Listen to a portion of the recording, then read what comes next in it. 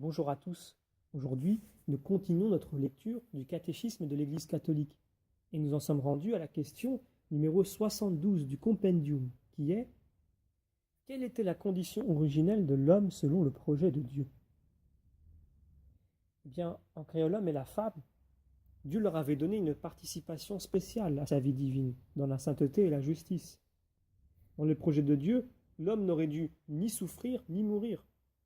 En outre, il régnait une harmonie parfaite de l'homme en lui-même, entre la créature et le Créateur, entre l'homme et la femme, comme aussi entre le premier couple humain et toute la création.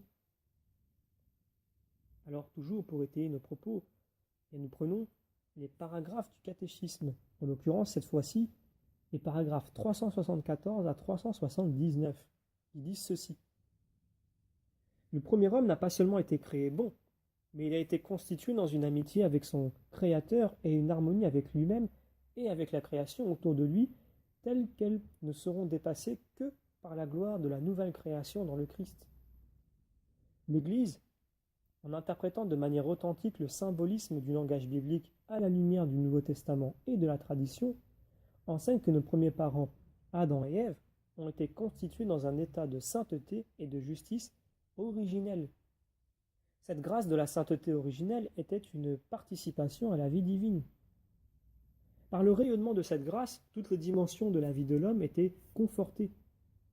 Tant qu'il demeurait dans l'intimité divine, l'homme ne devait ni mourir, ni souffrir. Voir Genèse 2,17, encore Genèse 3,16.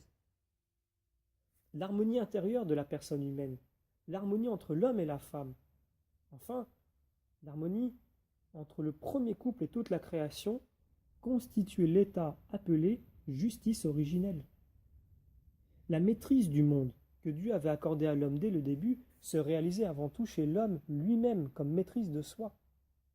L'homme était intact et ordonné dans tout son être parce que libre de la triple concupiscence qui le soumet au plaisir des sens, à la convoitise des biens terrestres et à l'affirmation de soi contre les impératifs de la raison.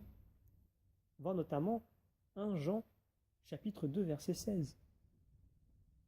Le signe de la familiarité avec Dieu, c'est que Dieu le place dans le jardin.